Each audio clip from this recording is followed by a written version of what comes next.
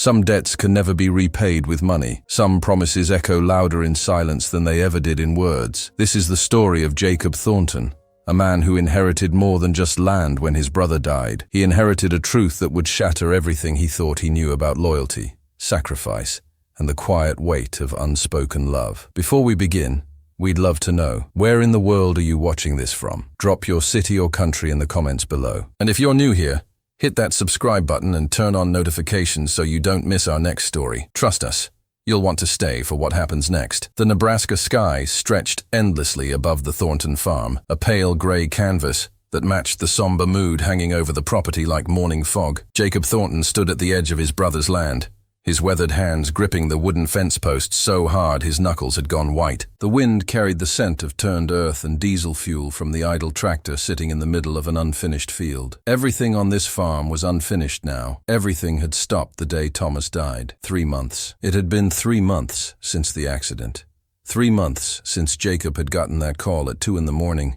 His brother's voice replaced by a state trooper's careful, measured words. Rolled his truck on Highway 77. Didn't suffer. The phrases people use to soften death, as if there were a gentle way to lose the person you'd grown up with, fought with, forgiven, and loved, despite everything. Jacob was 42 years old, built solid from years of physical labor, his face lined by sun and hard seasons. He'd never married, never left Nebraska, never wanted anything beyond his own 160 acres and the rhythm of planting and harvest. Thomas had been different, restless, charming, always chasing something just beyond reach. When Thomas brought Claire home 7 years ago, Jacob had understood immediately why his brother had finally settled down. Claire Patterson, now Claire Thornton, had possessed a quiet strength that didn't announce itself. She wasn't the kind of beautiful that stopped traffic, but she had warm brown eyes that actually listened when you spoke, and a smile that made you feel like you'd said something worthwhile. She'd grown up in Omaha, worked as an elementary school teacher, and somehow saw something in Thomas worth building a life around. Jacob had been the best man at their wedding, had watched his brother promise to love and protect her, and had meant it when he toasted to their happiness. Now Thomas was gone, and Claire was 34 years old, with a 6-year-old daughter named Emma, a mortgage she couldn't afford, and a farm she didn't know how to run. The bank had already sent 2 letters. The insurance payout had covered the funeral and not much else. Thomas had always been better at dreaming than planning. Jacob had spent the last 3 months helping where he could, fixing the porch railing, checking on the livestock Thomas had kept, bringing groceries when he knew Claire's pride wouldn't let her ask. But it wasn't enough.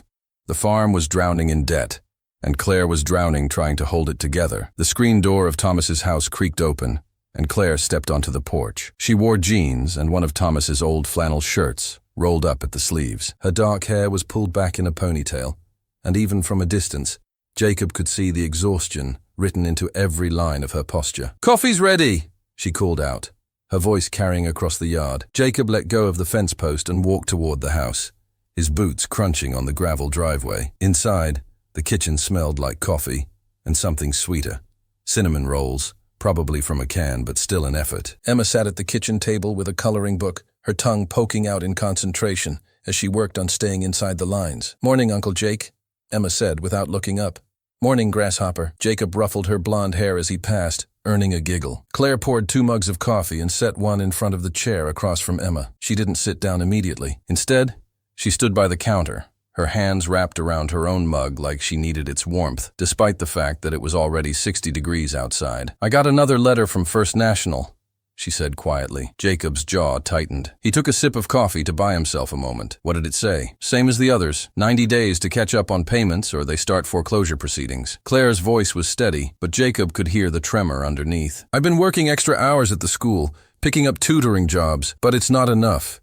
It's never going to be enough." Emma looked up from her coloring, her blue eyes, Thomas's eyes, wide and worried. "Kids always knew more than adults gave them credit for. Why don't you go watch cartoons for a bit, Grasshopper?" Jacob suggested gently. Emma gathered her crayons without argument and disappeared into the living room. A moment later, the sound of animated voices filled the house. Claire finally sat down, her shoulders sagging. "I don't know what to do, Jacob. This was Thomas's dream. This farm. He wanted Emma to grow up here. Wanted to build something that would last, but I can't do it alone. I've tried, but I can't." Jacob stared into his coffee, watching the steam rise and dissipate. He'd been thinking about this for weeks, turning it over in his mind during long nights when sleep wouldn't come. The solution had been there all along.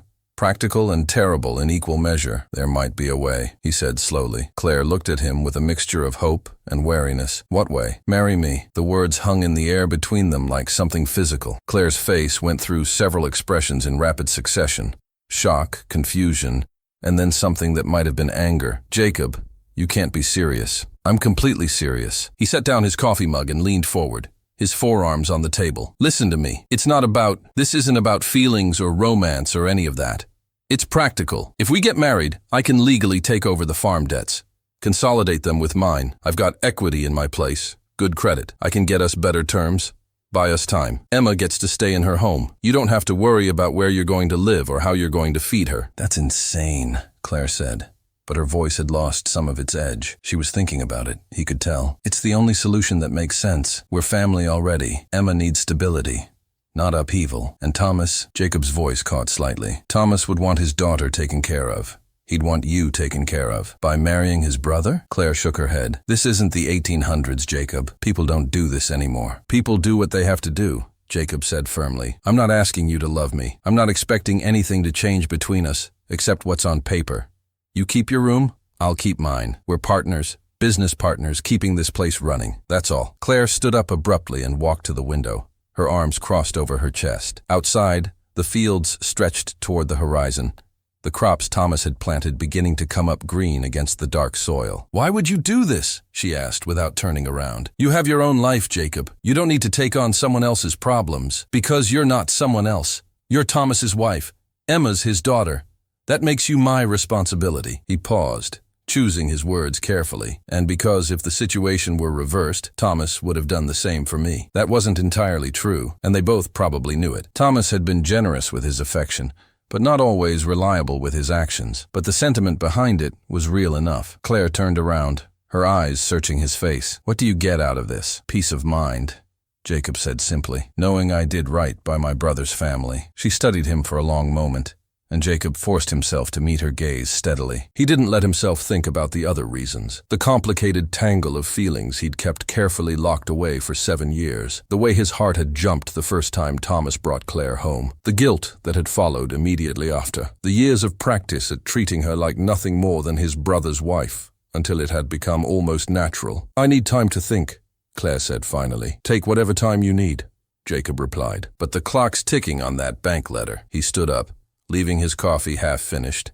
and headed for the door. As he stepped outside, he heard Emma's laughter from the living room, bright and uncomplicated, and he thought about what it would mean if that sound disappeared from this farm forever. 3 weeks later, on a Thursday afternoon in late May, Jacob and Claire stood in the county courthouse and signed their names on a marriage certificate. There was no ceremony, no guests, no flowers, just a judge who'd probably seen stranger things, 2 witnesses pulled in from the hallway, and a transaction that turned Claire Patterson Thornton into Claire Thornton again, this time with a different first name on the license. Emma was at school. They'd decided not to tell her yet, not until they figured out how to explain it in a way that made sense to a 6-year-old. For now, everything would continue as it had been, except that Jacob would move some of his things into Thomas's house, take over the farm operations officially, and start the process of refinancing the debt. They drove back to the farm in Jacob's truck, neither of them saying much. The ring on Claire's finger was a simple gold band they'd picked up at a jewelry store in town, $30,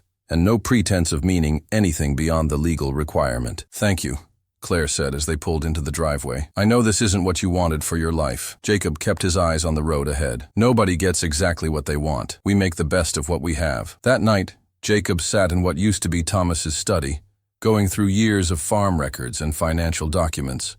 His brother had been optimistic to a fault, taking on debt to buy new equipment, expand operations, invest in improvements that hadn't paid off yet. It was a mess, but not an unfixable one. With time and work and careful management, they could turn this around. He heard footsteps in the hallway and looked up to see Claire standing in the doorway, holding 2 bottles of beer. Thought you might need this, she said, holding one out. Thanks. He took it, twisted off the cap. Claire sat down in the armchair across from the desk, tucking her feet under her. Emma asked me today why you've been staying over so much. What did you tell her? That you're helping us out. That family takes care of each other. She took a sip of her beer. We should probably tell her soon.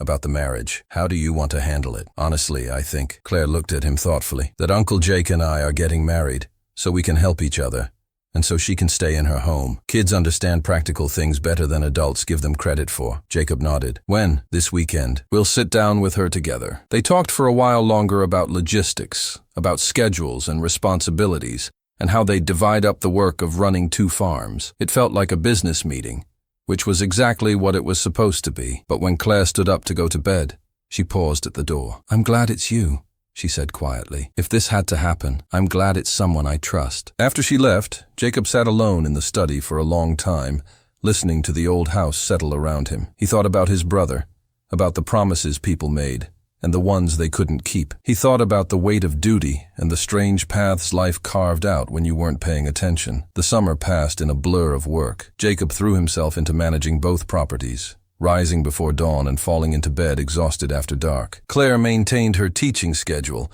and took over the household management, creating systems that kept everything running smoothly. Emma adjusted to the new normal with the resilience of childhood, accepting that Uncle Jake now lived with them, that he and her mother had gotten married in a quiet ceremony, and that this meant her life could continue in the home she knew. They developed routines: breakfast together before school and work, dinner at 6 when they could manage it, Emma's bedtime at 8, after which Jacob and Claire would sit together in the living room, going over accounts or watching whatever was on TV, comfortable in their separate silences. Slowly, almost imperceptibly, they became partners in more than just paperwork. Claire learned the rhythms of the farm, started helping with the harvest planning. Jacob learned Emma's favorite bedtime stories, took on the role of homework helper. They moved around each other with increasing ease, anticipating needs, covering gaps, building something that looked from the outside like a real marriage. But at night, they still retreated to separate rooms. Jacob in the guest bedroom, Claire in the master. The boundary they'd established remained firm, both of them careful not to let familiarity cross into something more complicated. October arrived with crisp air and the endless work of bringing in the corn harvest. Jacob was running on 4 hours of sleep, driving the combine until his eyes burned, determined to get the crop in before the weather turned. Claire had taken time off from school to help, driving the grain truck, coordinating with the elevator, keeping Emma entertained during the long days. It was late afternoon when Jacob climbed down from the combine for a water break and saw Claire sitting on the tailgate of the truck, her face tilted toward the sun. Something about the angle of light, the way it caught in her hair, made his chest tighten. He looked away quickly, took a long drink of water. You doing okay? Claire asked. Yeah, tired, but we're making good progress. He wiped sweat from his forehead. Another few days and we'll have it done. Emma wants to know if you'll take her to the Halloween carnival at school next week, Claire said. She's been asking about it. Of course. What's she dressing up as? She can't decide between a princess and a dinosaur. Claire smiled. I'm lobbying for dinosaur. Jacob laughed, surprising himself. Smart choice. World needs more dinosaurs. That evening, after Emma was in bed, Jacob found Claire in Thomas's study. Their study now, he supposed. She was going through the filing cabinet, pulling out old folders. I've been meaning to sort through Thomas's personal things, she said. I couldn't face it before, but it's time. Would you help me? They spent the next hour going through papers, photographs, letters. Thomas had kept everything. Every birthday card Emma had made, every note Claire had left him, every receipt from every memorable meal. It was both touching and painful, this archive of a life interrupted. At the back of the bottom drawer, Claire found a shoebox bound with string. She pulled it out, set it on the desk, and carefully untied the knot. Inside were letters, dozens of them, in envelopes that had never been mailed. What are these? Jacob asked. Claire opened the first one, her eyes scanning the page. Her expression changed, something flickering across her face that Jacob couldn't read. She closed it quickly, then opened another, then another. They're letters to you, she said softly. From Thomas. He never sent them. Jacob felt something cold settle in his stomach. What do they say? Claire handed him the box without a word. He pulled out a letter at random, dated 2 years before Thomas died, and began to read. Jake, I know I'll never send this, but I need to write it down somewhere. I need someone to know, even if it's just paper that'll sit in a drawer forever. I'm dying. Got the diagnosis 6 months ago. Pancreatic cancer, stage 4. They gave me a year, maybe 18 months if I'm lucky. I haven't told Claire, can't figure out how to. Every time I try, I see her face and I can't do it. I'm afraid, Jake, not of dying, though that's terrifying enough. I'm afraid of leaving Claire and Emma alone. I'm afraid I haven't set them up right.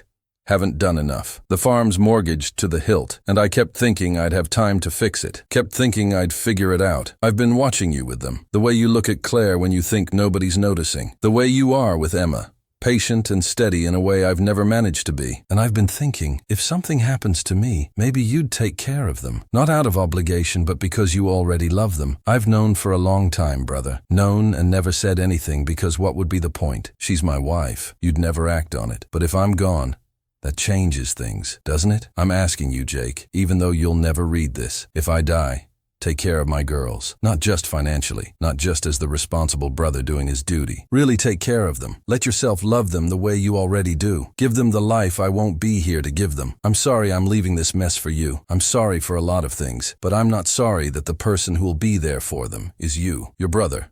Thomas Jacob's hands were shaking. He set down the letter and picked up another. Then another. They were all variations on the same theme. Thomas writing to him across months, documenting his illness, his fears, his hopes for what would come after, planning his own absence. He knew, Jacob said, his voice rough. He knew he was dying and he never told anyone. Claire's eyes were wet. He told you, just not in a way you could answer. The accident wasn't an accident, Claire finished. I've wondered. The police said he went off the road on a clear night. No reason for it. No alcohol. No evidence of mechanical failure. Just drove off the road. She wiped at her eyes. I think he couldn't face telling us. Couldn't face watching the cancer take him piece by piece. So he chose something faster. Jacob felt like the floor had dropped out from under him. All these months, he'd been operating under the assumption that Thomas's death had been random tragedy. Cruel chance. But this was something else entirely. This was his brother making a choice, orchestrating even his own ending. There's more, Claire said quietly. She handed him another envelope. This one sealed. His name was written on the front in Thomas's handwriting, along with a date, the day before he died. Jacob stared at it, not sure he could handle what else might be inside. But Claire was watching him, waiting, and he couldn't leave it unopened. He slid his finger under the flap and pulled out 2 pages covered in his brother's familiar script. Jake, if you're reading this, then things went according to plan. I'm sorry you had to find out this way. I'm sorry for a lot of things, but mostly I'm sorry I wasn't brave enough to face this head on. I've been dying for almost a year. Pancreatic cancer. Inoperable. Incurable. I had maybe 3 months left when I made my choice. 3 months of pain and hospitals, and watching Claire and Emma watch me waste away. I couldn't do it, brother. I couldn't put them through that. I know what you're thinking, that I was selfish, that I chose the coward's way out. Maybe you're right, but I'd rather have Emma remember me as her dad who died in an accident than as the hollow shell the cancer would have made me. I'd rather Claire remember me whole. I've left things in a mess, and I know that too. The farm, the debts, all of it. But I did it knowing you'd be there to fix it. You've always been the reliable one. The one who plans ahead and does the right thing. You'll take care of them for me. I know about your feelings for Claire. I've known for years. Don't look so guilty.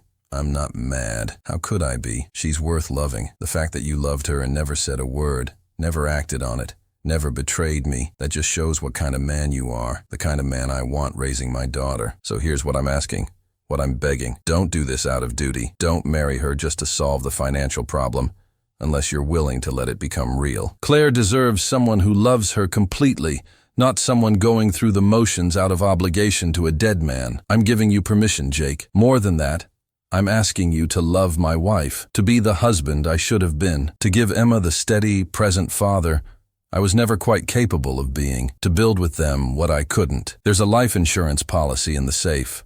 $500,000. It only pays out if I die accidentally. Suicide isn't covered. That's why I chose this way. The money will clear the farm debt and give them security. But money isn't enough. They need you. Be happy, brother. Let yourself be happy. That's all I want now. For the 3 people I love most in the world to have a chance at something good. I love you. Take care of my girls. Thomas P.S. The combination to the safe is Emma's birthday. I'm not very original. Jacob's vision blurred. He tried to speak and couldn't. The letter fell from his hands onto the desk, and he stood up abruptly, the chair scraping loud against the floor. He walked to the window, his hands braced against the frame, struggling to breathe against the tightness in his chest. Behind him, he heard Claire pick up the letter, heard the rustle of paper as she read what Thomas had written. The silence stretched out, heavy with everything that had just been revealed. He orchestrated all of it, Jacob finally managed to say. The insurance, the debts, leaving us to find each other. He planned his own death he couldn't finish, so we'd have a chance, Claire said softly. That's what he was trying to give us. Jacob turned around. Claire was still sitting at the desk, Thomas's letter in her hands, tears streaming down her face. Did you know? He asked. About his feelings for you? No. Her voice was barely a whisper. I had no idea. I thought we got married as a practical arrangement. I thought you were just being kind, doing your duty. I was, Jacob said. That's all it was supposed to be. But it's not anymore, is it? Claire set down the letter and looked at him directly. Somewhere along the way, it became something real. Jacob wanted to deny it, wanted to retreat behind the safe boundaries they'd established. But he was tired of hiding, tired of pretending. Thomas's letters had stripped away any possibility of continuing the careful dance they'd been doing. No, he admitted. It's not just obligation anymore. Claire stood up, walked around the desk until she was standing in front of him. She reached up and touched his face, her palm warm against his cheek. I watched you fall in love with Emma first, she said. Watched you become her father in all the ways that matter. And then I watched you fall in love with this place, with making it work, with building something that could last. She paused, her eyes searching his. When did I become part of that? You always were, Jacob said. From the beginning. I just couldn't admit it. Because of Thomas. Because of Thomas, he agreed. Because you were his wife, and that meant you were off limits. But Claire, I need you to know, I never would have acted on it. Never. If Thomas hadn't died, if we hadn't ended up in this situation. I know, she said gently. That's why I can trust this. Trust you. She leaned forward, and he met her halfway, and the kiss was both an ending and a beginning. All the careful distance they'd maintained collapsed in an instant, replaced by something that had been building for months, maybe years, maybe from the very first time they'd met. When they pulled apart, Jacob rested his forehead against hers, his hands at her waist. What do we do now? He asked. We live, Claire said simply. We build a life together, a real one. We love Emma and take care of this farm and let ourselves be happy. That's what Thomas wanted. That's what we deserve. That night, Claire moved her things into the guest bedroom, and Jacob moved his into the master. They lay in the darkness, talking in quiet voices about everything, about Thomas, about grief, about the strange path that had brought them here, about the future they might build if they were brave enough to try. I loved your brother, Claire said, but I won't apologize for loving you too. It's different, but it's real. I know, Jacob said. He pulled her closer, feeling her heartbeat against his chest. We'll figure it out, together. The next morning, they sat Emma down at the kitchen table and told her the truth, the age-appropriate version of it, that her daddy had been sick and hadn't wanted them to know, that he'd loved them very much and had made sure Uncle Jake would be there to take care of them, that Uncle Jake and Mommy's marriage had started as a way to save the farm, but had grown into something more. Emma, with the beautiful simplicity of childhood, absorbed this information, and then asked the most important question. Does this mean you love each other now? Claire looked at Jacob, and he looked back at her, and they both smiled. Yes, Claire said. It does. Good, Emma said decisively. Can I have pancakes? Life didn't magically become easy after that. There were still hard days, still moments when grief hit unexpectedly, still nights when Claire woke up crying, missing Thomas, and Jacob held her while she worked through it. Still times when Emma asked questions about her father that had no good answers. But there were good days too. Days when the three of them worked together in the field, Emma riding on the tractor with Jacob while Claire drove the grain truck. Days when they went to town together and people saw them as a family, and it felt true. Days when Jacob looked at Claire across the dinner table and felt grateful for this unexpected gift. The farm began to turn around. With careful management and hard work, they paid down the debt, improved the operations, even started making a modest profit. Jacob consolidated his land with Thomas's, creating a larger, more efficient operation. They hired seasonal help, invested in better equipment, planned for the long term. Emma grew, lost her front teeth, learned to ride a bike, started calling Jacob Dad without anyone telling her to. She kept Thomas's picture on her nightstand and talked about him easily, the way kids do when they're allowed to remember without pressure to perform grief. 2 years after they'd signed those papers in the courthouse, Jacob and Claire had a second wedding. This one was real. Ceremony in the barn. Emma as flower girl. Neighbors and friends gathered to celebrate. They exchanged new rings and new vows, ones that acknowledged the complicated path they'd walked to get there. I promise to honor where we came from, Jacob said, and to build where we're going. I promise to love you for who you are, Claire replied. Not just for what you provide. That night, after the guests had left and Emma was asleep, Claire and Jacob stood together on the porch, looking out over land that was fully theirs now, paid for, planted, productive. "Do you think he knows?" Claire asked. "Thomas, do you think he can see this?" Jacob considered the question. He thought about his brother, about the letters, about the elaborate plan Thomas had set in motion. "I think he knew before it happened," Jacob said. "I think he saw who we could be together, even when we couldn't see it ourselves." Claire leaned against him, and he wrapped his arm around her shoulders. Above them, the Nebraska sky was huge and clear, full of stars that had been there long before any of them, and would remain long after. The land stretched dark in all directions, holding the seeds of next year's harvest. Inside, Emma slept peacefully in a home that was secure. The farm breathed around them, alive and working. And two people who had found each other through grief and duty, and the complicated gift of a dying man's love, stood together, finally allowing themselves to be happy. Some debts can never be repaid with money. Some promises echo louder in silence than they ever did in words. But sometimes, if you're lucky, you get a second chance to build something real from the ashes of loss. And sometimes, the greatest act of love is giving the people you care about permission to move forward without you. Thomas Thornton had given them that gift, and Jacob and Claire had finally learned to accept it.